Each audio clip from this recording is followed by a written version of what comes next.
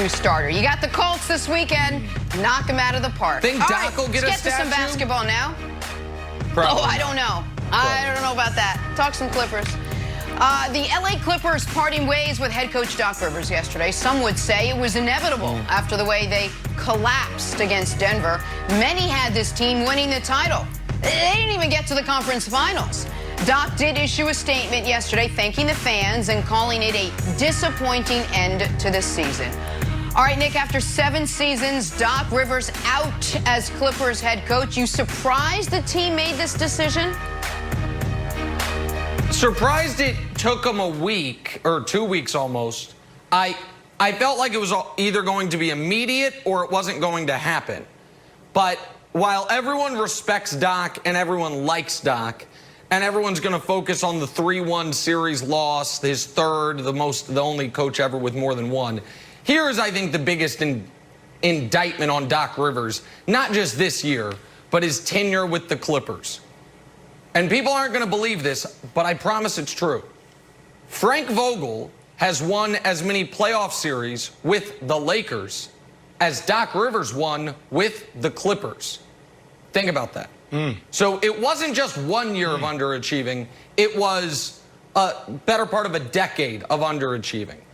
And so the question is, will the Clippers get a better coach? I don't know if they will. Ty Lue's going to be the obvious name. We can talk more about that later. But, Jenna, the real reason they did this, in my opinion, is because they were stuck. Brandon, they don't have a good secondary pitch here. I know you had said keep Kawhi, Doc, and Paul George and blow the rest of the team up. I don't know if the rest of the team has that much value. I think the only real shakeup you could do is trade Paul George, whose value is the lowest it's ever been, or fire the coach. I don't know that they had another way to shake the snow globe, Brandon. So I think they made the change here, not for the sake of change, but because they had to change something, and this was almost the only move they could do. I mean, let's start from the top. Steve Ballmer, one of the most successful businessmen and women out there. You know, when you look at what makes a successful person in business, they understand organization, they understand structure, they understand culture. So when you look at this, it has to fall on Doc Rivers, because when your #1 asset isn't your #1 asset anymore, that's a problem, and it's time to move on. You know, when you think about today's NBA, it's less about X's and O's and, drawing up plays, because you can hand that off to a really good assistant. It's about leadership. This NBA, when you look at the sideline, it's gone from like 1 or 2 coaches, 3 people on the sideline. Now they have a full staff. This is you really got to understand how to galvanize your department, how to galvanize the locker room. And all the things that came out of this locker room during their time in the bubble was disturbing. I've seen this so many times. Unfortunately, I've been in, in bad organizations, on bad teams. I've been in situations where I was a part of the problem. I've been in situations where I was part of the solution. So for me, sitting back and watching this, I thought it could go either way. You blow it up by firing a coach, or you get rid of all of the players that's not buying into this coach. And again, Doc Rivers' #1 asset has always been his leadership. Everyone in the NBA respects him. His players play for him, and they play hard. So when you don't have that anymore, that's an issue. So I think Ballmer made the right decision on moving on, because now what you need is a guy who's potentially sitting on your bench that can step up and deal with the superstars and deal with the egos, deal with those different temperaments. So Ty Lue could be a guy that can stand in there and say, you know what, guys, I know it's about you guys on the court, but right now my job is to lead you guys and hold you guys accountable. I was shocked this happened. We saw the text yesterday. I was absolutely shocked. Ballmer and Doc Rivers have a great relationship, or they did have a great relationship by all reports. And the leadership that Doc has provided beyond X's and O's on the court is unparalleled in sports. And I know people keep on going back to this he's the first coach to lose 3-3-1 leads. Like, just give me a break.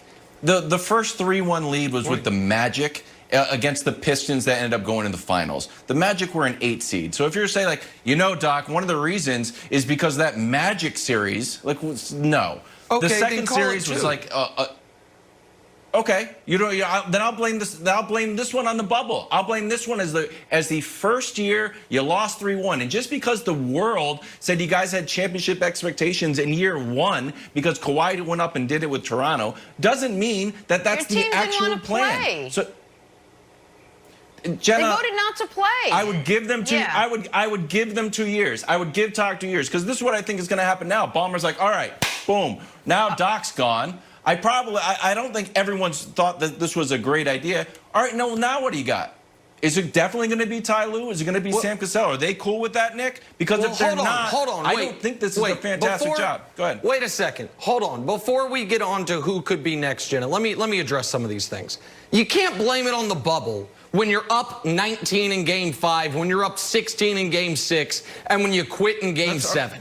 You can't. That's insane.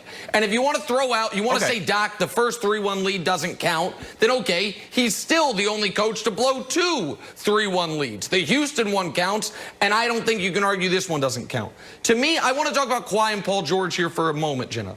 One is, I wonder how much Paul George's comments, it wasn't championship or bust, infuriated Steve Ballmer. Because Ballmer spent millions of dollars on Clippers backpacks, getting a new arena, putting up billboards. And when he hears that, I do wonder if Ballmer's saying, well, is my coach not communicating to my players that it absolutely is championship or bust?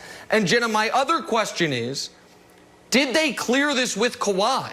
Because I don't think Kawhi asked for Doc to be fired, but one of the reasons Kawhi picked the Clippers was because of Doc.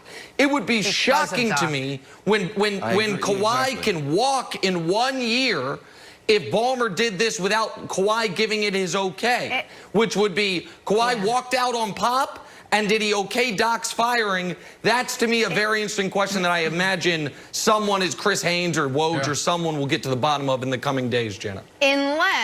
Unless, Nick, the person who's going to replace Doc is the person who has worked closely alongside with Doc for the last year or two, and you guys brought up Ty Lue. You're going to need someone to come in and refocus this team. This is a team that clearly lost some of its, whatever you want to call it, while they were in the bubble, and they couldn't all get on the same page. Some of it is time, some of it is chemistry, and some of it is that they were not focused. Nick, what do you do now moving forward? Is the answer Ty Lue, or do you open this up? Well, listen, I think Ty would be an outstanding hire, Wilds. I also think we're going to find out how messy this was. Because I was told by someone who would know, Wilds, that if Doc feels betrayed, Ty won't take the job. That if this was a total blindside, Doc feels like he was done wrong, that Ty will be, out of loyalty to Doc, who gave Ty his start, Ty and Doc have always been close, that if that's how this went down, then Ty won't take the job. So if Ty does get the job, I think you have real reason to believe that it was somewhat amicable in their separation. I think Mike D'Antoni is a fascinating name. Chris Mannix mentioned Phil Jackson. I think there are some names out there, Wilds, that are interesting, but I think we'll find out where it lands with Ty, where it landed with Doc, by how Ty responds, Wilds. Yeah. Look, there's 6 open jobs right now. I think this might be the worst job. It's the most high pressure. It's probably going to be the highest paid. But if I was a candidate, I'd be like, why don't I just go to the Pelicans? Why don't I go to the Rockets? Why don't I go to the Pacers and chill? Why don't I go to the Thunder, sign like a 5-year contract and really try to build something? Win a title. Why would I go to... You've got 1 year, and Nick, who knows when does the NBA start next year? Does anybody know? Does Adam Silver know? When are the finals next year? I don't know. Well, nobody knows. There's so much unknown. So now you got Kawhi, who needs to be load managed in a season that you literally don't know where you're playing. Are we doing another bubble? Are we here with no fans? No one knows. So you're entering into a high pressure situation that you'll get paid, but too many unknowns.